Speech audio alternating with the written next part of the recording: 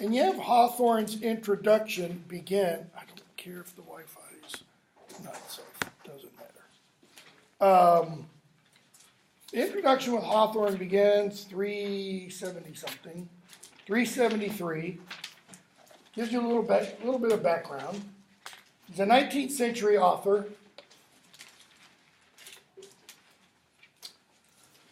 Writes a lot of short stories, a few novels, and most of his literary output, I think this is safe to say, focuses on Puritan New England, or is set in Puritan New England.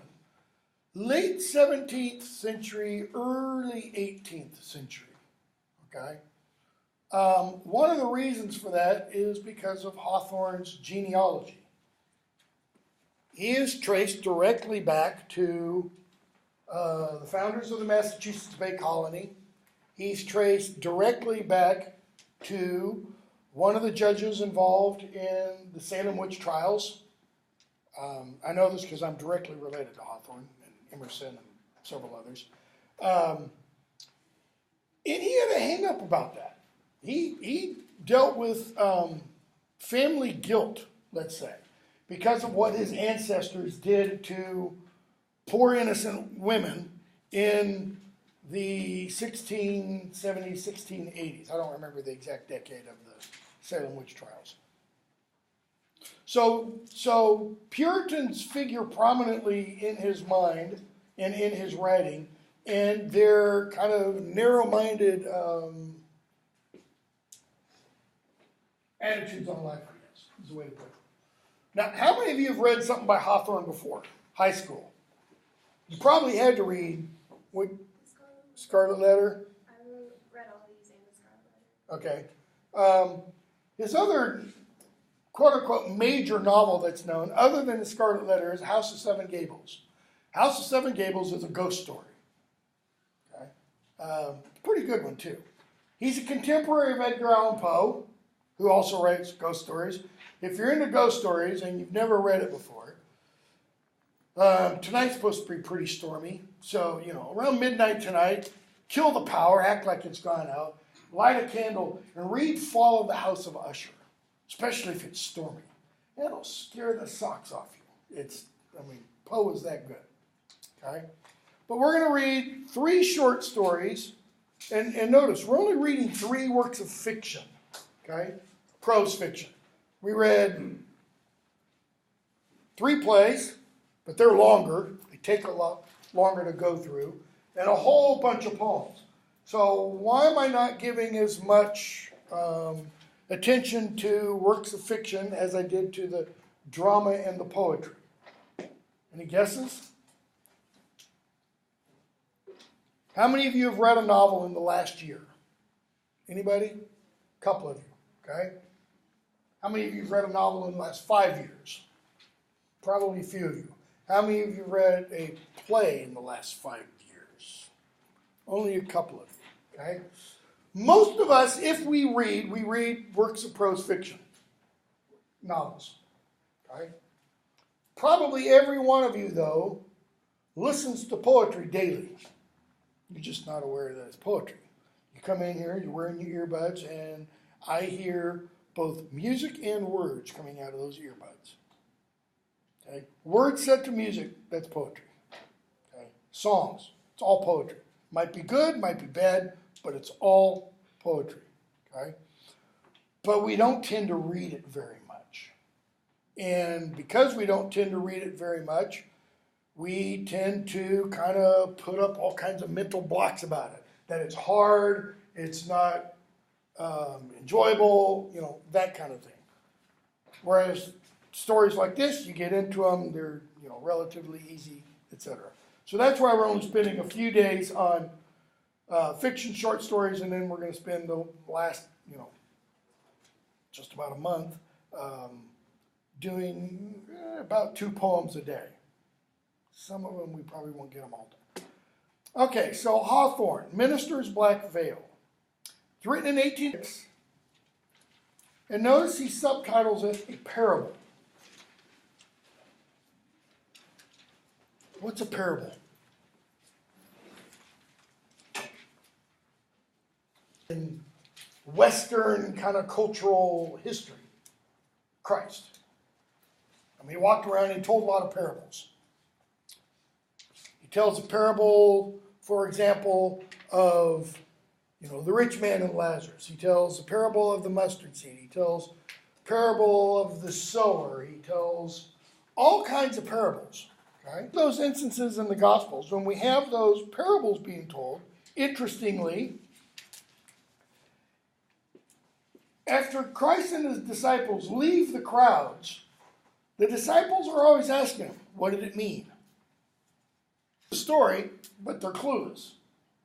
And in those instances, Christ tells the disciples, to you it is given to know. That is, I will unpack the parable for you. So, if a parable is a story with a message, and Christ is telling these stories to big crowds of people, and the disciples don't even understand them, do you think the big crowds of people understand them? No. So if it's a story with a message, what if the message isn't gotten across? See, it's more than just a story with a message. It's a story with a hidden meaning. Okay?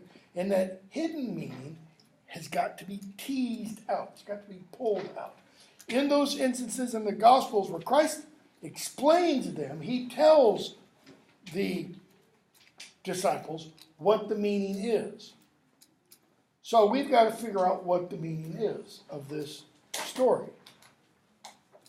Notice it is set in Puritan New England, little town of Milford. We're not told what state. Okay, there is a Milford, Connecticut. And you got Hawthorne's little footnote, that the story is loosely based on a similar real kind of event. So it begins one Sunday morning. Sexton is in the porch of the church, the meeting house, and he's pulling at the bell rope, announcing it's time for church. Okay? And we see the townspeople start assembling, milling about, walking towards the church. And they notice Parson Hooper, the preacher. And the sexton cries, but what has good Parson Hooper got upon his face? This is the bottom of page 389. And everybody who hears him turns and looks at this guy. And here comes old Mr. Hooper. Sorry, not old, he's young. He's only 30. Pacing slowly his meditative way towards the meeting house. Pacing slowly his meditative way. So he's walking slowly. What's his meditative way mean? Physically, he's there. But what's going on up here? He's meditating. He's thinking. He's preoccupied. Okay? And everybody looks at him and they're surprised. They're wondering, what is going on with this guy? Goodman Gray asks, are you sure it is our parson? The sexton. Of a certainty it's him. And he says, he was supposed to be at another pulpit today, but he's here. All right? And then we're told what's different about him. And this Sunday, I never remember to bring in a black handkerchief. This Sunday, he comes in, and he's got like a kerchief like this, trying to get it so it's small enough. And it's covering everything essentially from his forehead to his nose. Okay? And he, we're going to be told, can probably make out, like I can with this, I can see all of you. Okay? Can't see your faces clearly, but I can see you. But like this, you can't see anything from my hairline down to my mouth, or just above my mouth.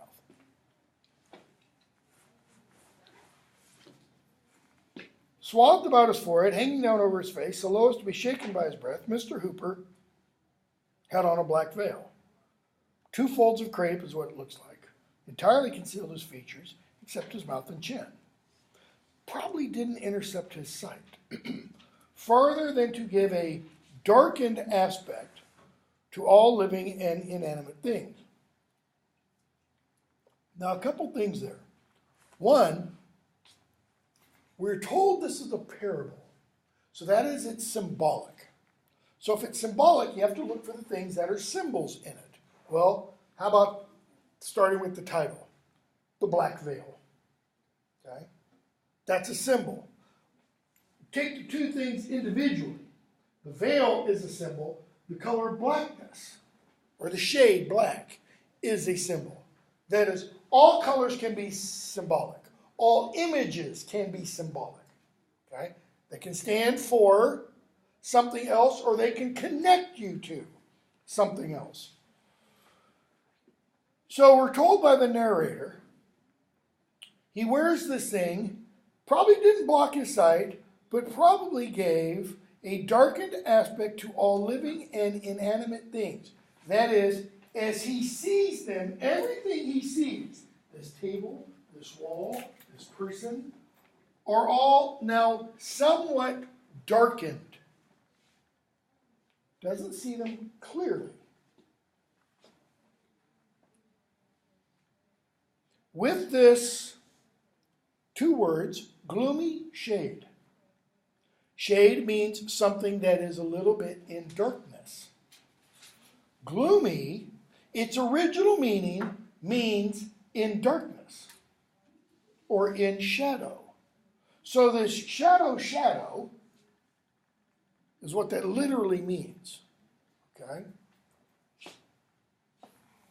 With the shadow before him, good Mr. Hooper walked onward. So, throughout the story, kind of keep track of images of darkness as opposed to light.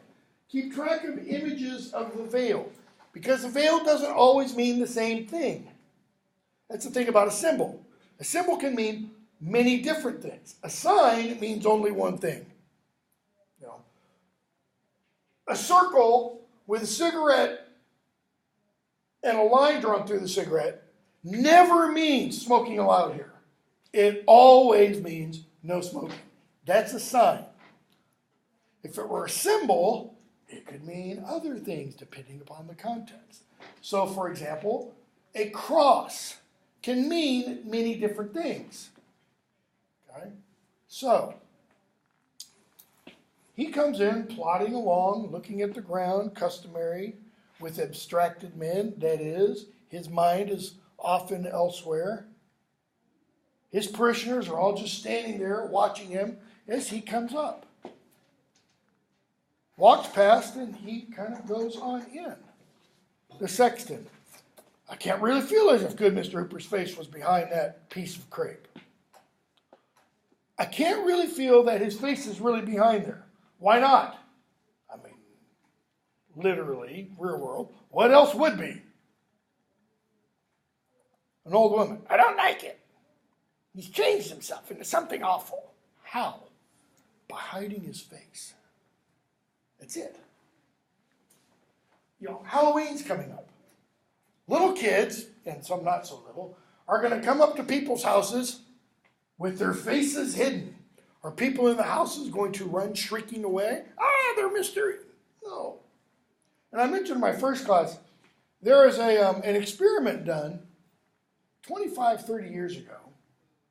I think it was done by a psychology professor, and I think it was just one person doing it. At one of the Ivy League schools, where he was teaching, I think it was a psychology course, like an intro to psychology. And he went in, first day of class, with a brown paper bag over his head.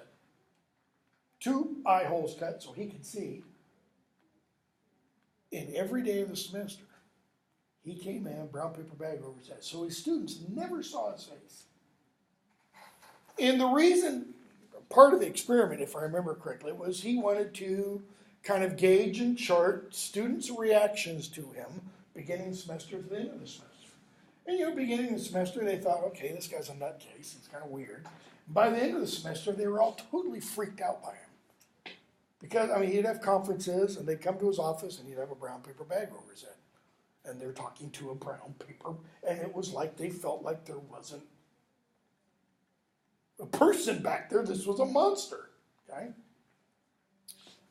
He's doing that, 150 years after Hawthorne's story. Goodman Gray. So notice, the first statement, I can't really feel as if his face is back there. The old woman, he's changed himself into something awful. Why? Because I can't see his face. Goodman Gray, our parson has gone mad. Maybe. Or maybe it's the people going a little bit crazy. All right? So, people are taking their places in the pews. He walks down the center aisle, kind of nods at people, and notice when he nods at them, the veil's hanging so they can see his chin, but they still can't see his face. He gets to the end, and there's a chair just like that one there, but it's facing the pulpit. And that's where the oldest geezer of the town sits. And he walks in, and he nods to this old man, we're told. And we're told, middle of paragraph 10, it was strange to observe how slowly this venerable man became conscious of something singular in the appearance of his pastor. Venerable here means kind of old and wise. We're going to hear the term venerable used later. There it's going to mean kind of saintly. He seemed not fully to partake of the prevailing wonder. That is, the old man doesn't really understand what's going on until Parson Hooper ascends the steps, walks up to, think of this as a pulpit, walks up to the pulpit, turns around and faces everybody. And then the old guy's kind of like, huh?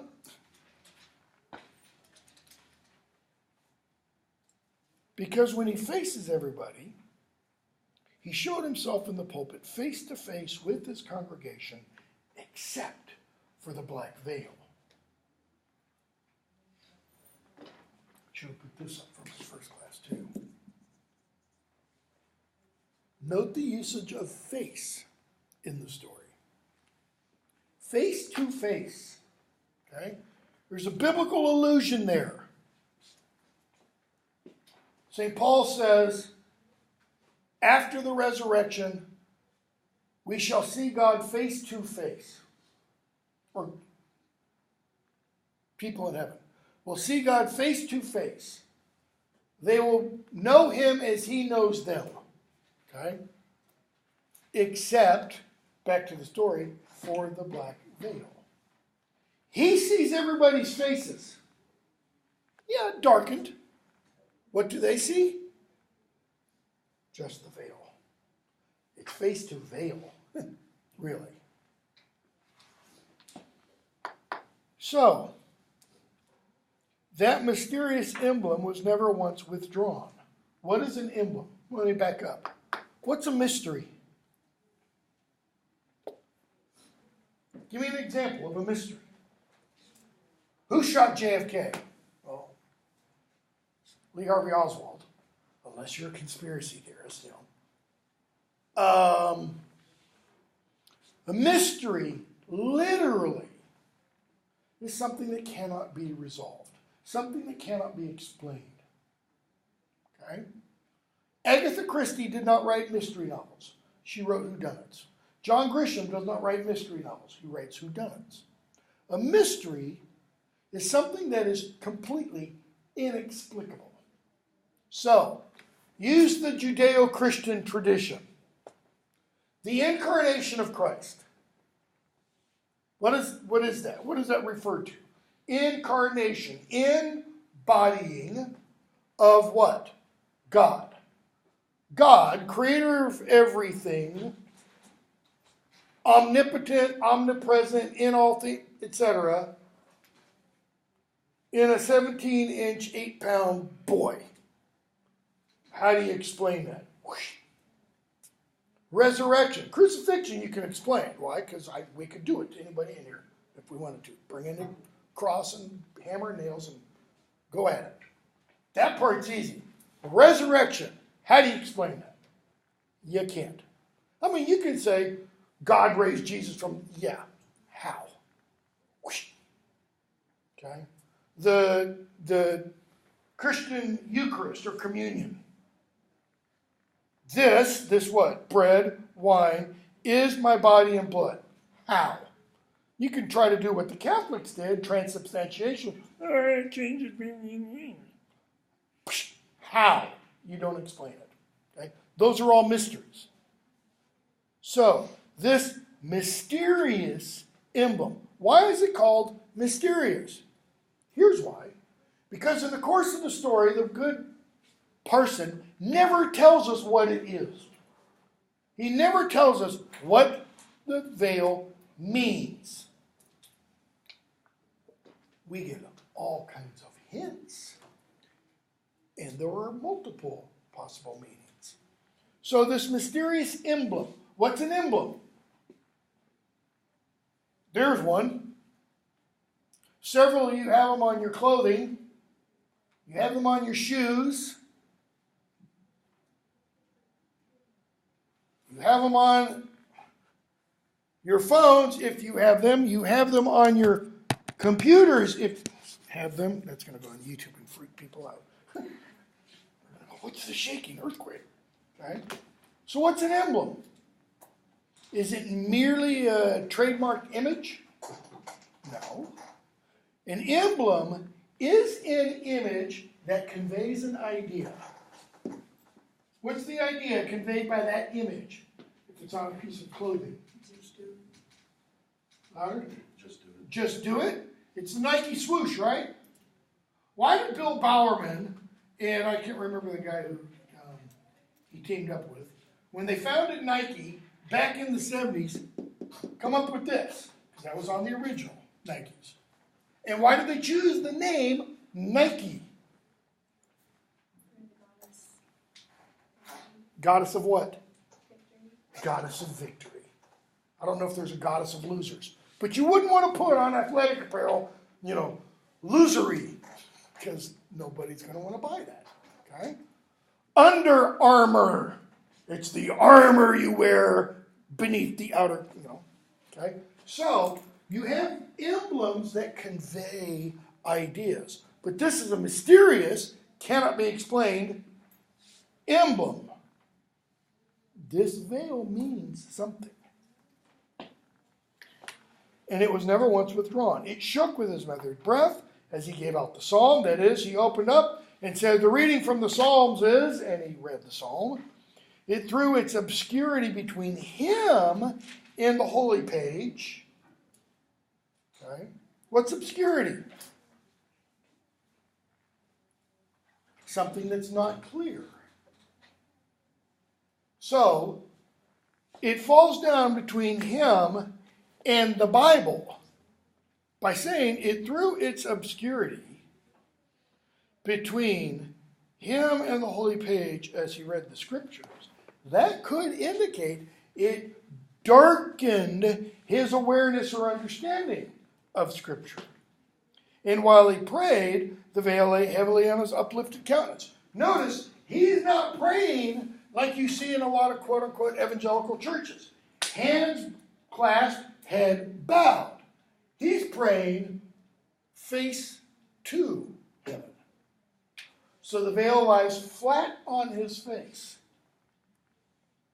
The veil lay heavily on his uplifted countenance. Did he seek to hide it? That is, his face from the dread being whom he was addressing? Is he trying to hide from God? We're told more than one woman of delicate nerves had to flee the meeting house because he was weirding her out. But he is a good preacher. Mild.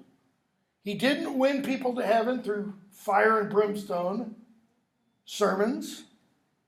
But this time, we're told there on 391, something in the sentiment of the discourse itself or in the imagination of the auditors which made it the most powerful effort they'd ever heard him preach. What was he preaching about?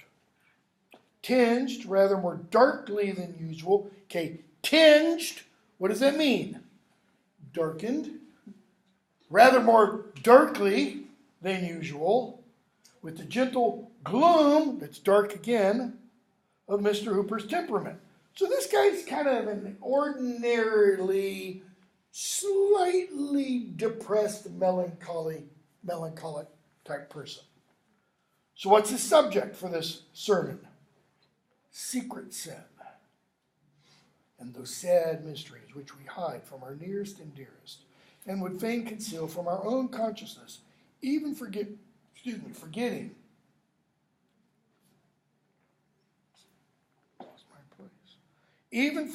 that the omniscient can detect them.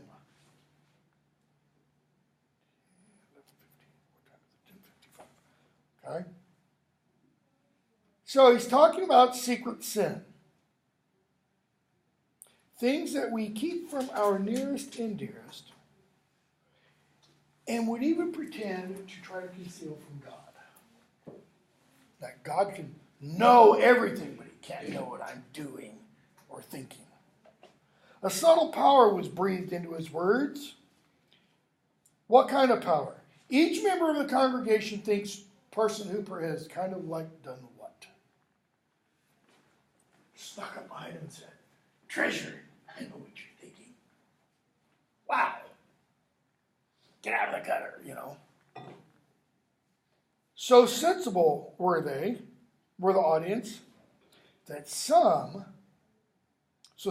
audience of some unwanted attribute in the minister that they longed for a breath of wind to blow aside the veil, almost believing that a stranger's visage would be discovered. So, services end, and they want to get out of that building as fast as they can. Why?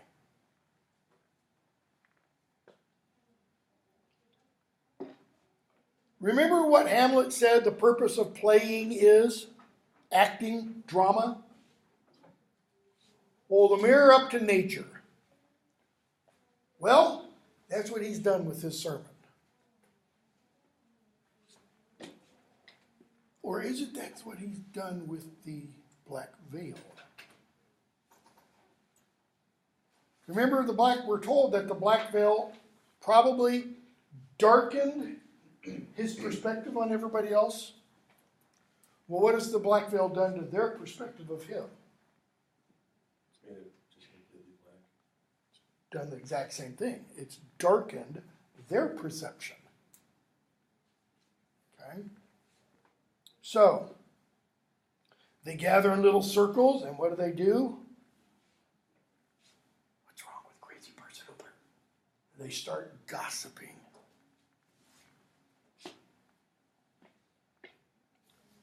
A lady says, bottom of 391, "How strange that a simple black veil, such as any woman might wear on her bonnet, should become such a terrible thing on Mr. Hooper's face."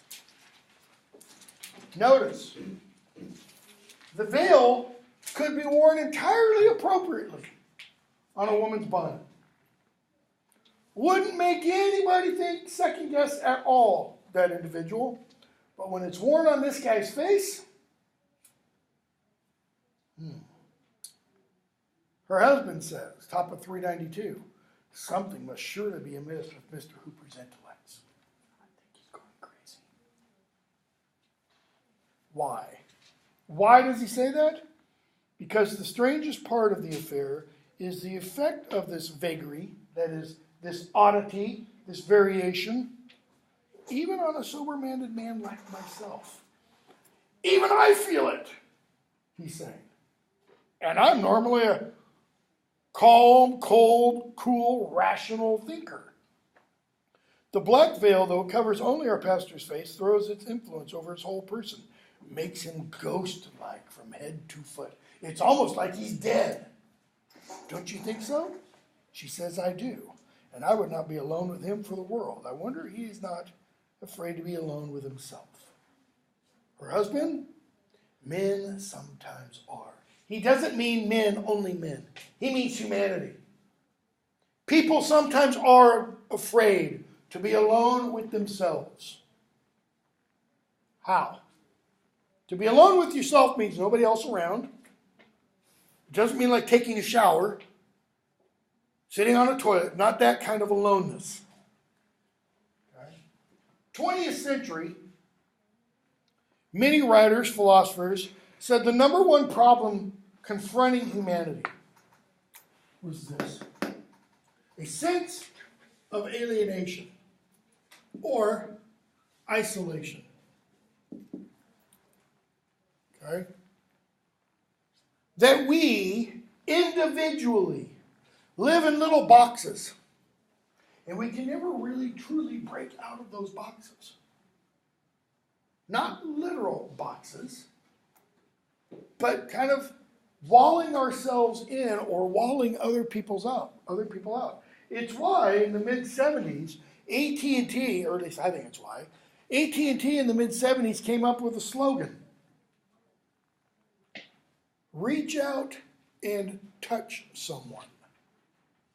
The slogan was for picking up a telephone and calling someone.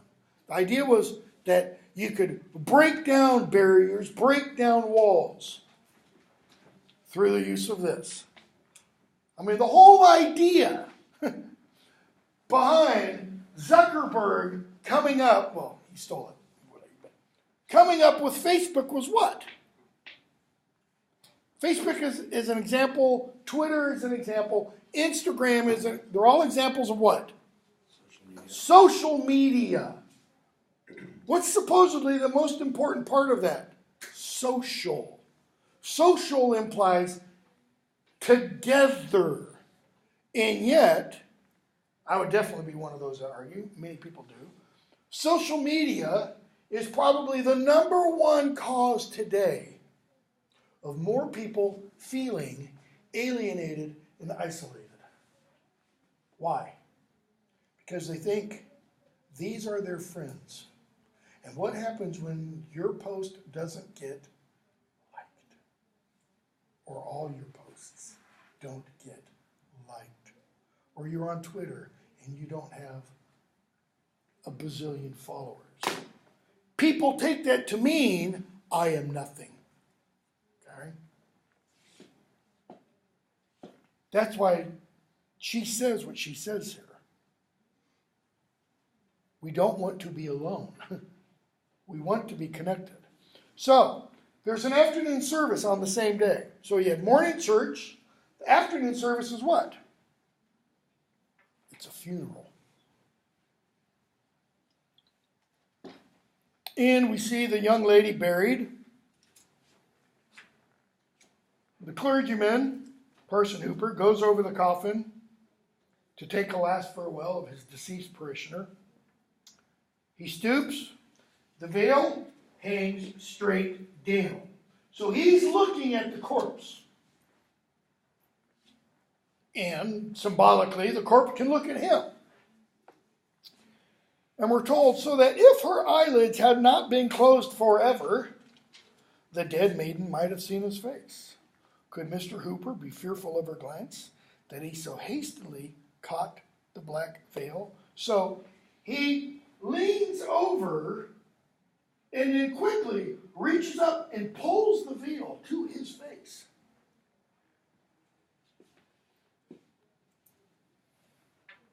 A person who watched the interview between the dead and the living scrupled not to affirm that at the instant when the clergyman's features were disclosed, that is, when he bent over and the veil kind of fell out,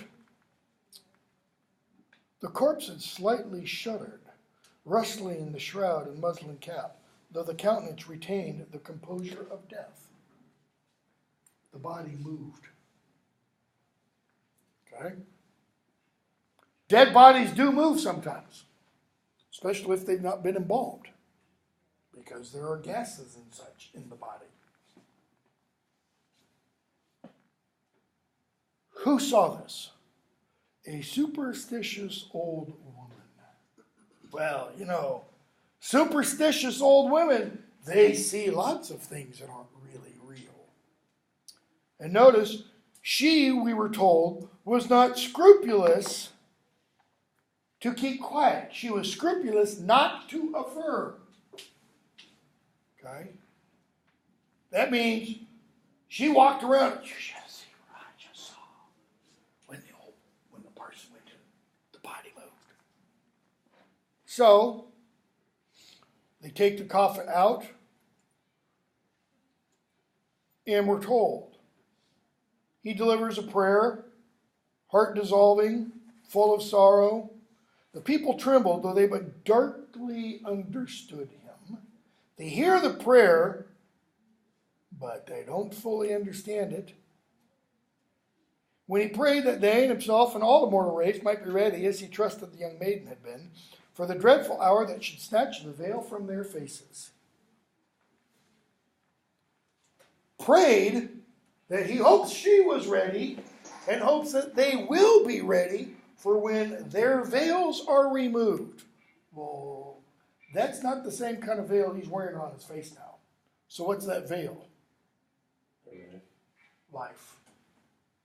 The veil of life. Or if you want, the veil of death. Either way, it's the same doorway.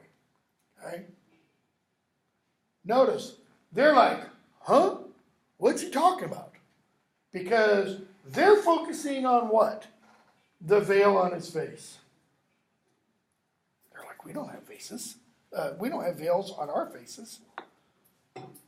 Mr. Hooper walks in his black veil behind. Now notice, this is a funeral. He's wearing black.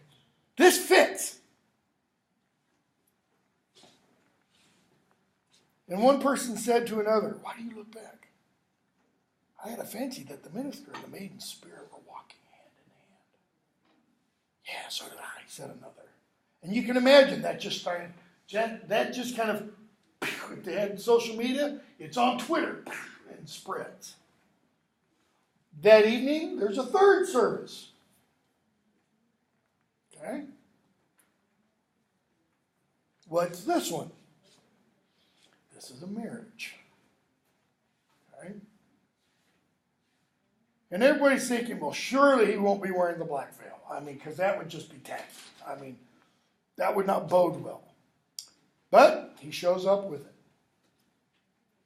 And when he shows up, it's like the candles dim. Okay? This is an image from English kind of folklore.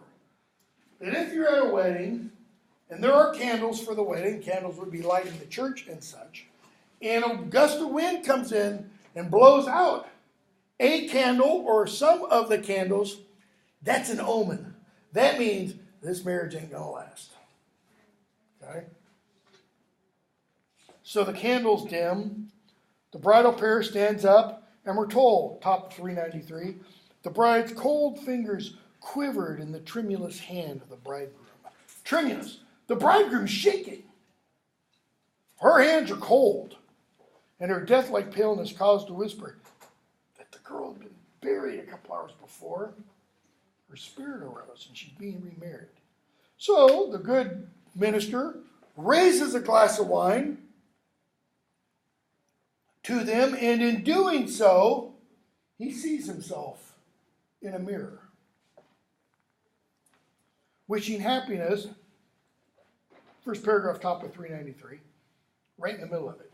Wishing happiness to the new married couple in a strain of mild pleasantry that ought to have brightened the features of the guests, like a cheerful gleam from the hearth. At that instant, catching a glimpse of his figure in the looking glass, the black veil involved his own spirit in the horror with which it overwhelmed all others. In other words, he sees himself, and it's like he instantly goes, oh, now I get it. Now I understand what their problem is. Next day, everybody's talking about him.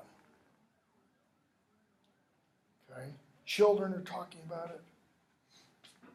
And we're told, it was remarkable that of all the busybodies and impertinent people in the parish, not one ventured to put the plain question to Mr. Hooper, wherefore he did this thing. They all prefer to talk about it among themselves, and they don't want to do what? Yeah. What's up? Why are you doing this? Okay? Whenever we are told, whenever there appeared the slightest call for such interference, he had never lacked advisors. In the past, what does that mean? He had never lacked advisors. Each member of this community was more than willing to give him their advice. Busybodies, sticking their noses in other people's business.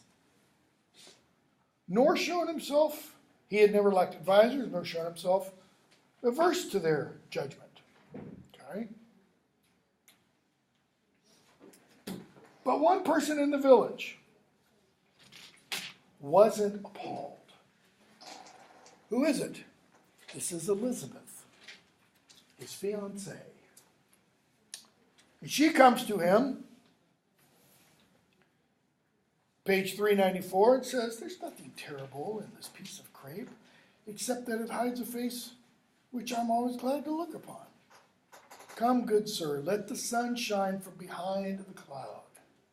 What's the sun? His face. The cloud is the black veil. She is saying, you are the sun to me. Shine upon me. Okay? Old Testament prayer and Old Testament blessing. May the Lord make his face to shine upon you. Right? So that's what she's probably referring to. Lay aside your black veil. Then tell me why you put it on. There is an hour to come, he replies, when all of us shall cast aside our veils. Take not amiss, beloved friend, if I wear this piece of crepe till then. There's an hour coming when we will all put aside our veils. That is, when we will all die.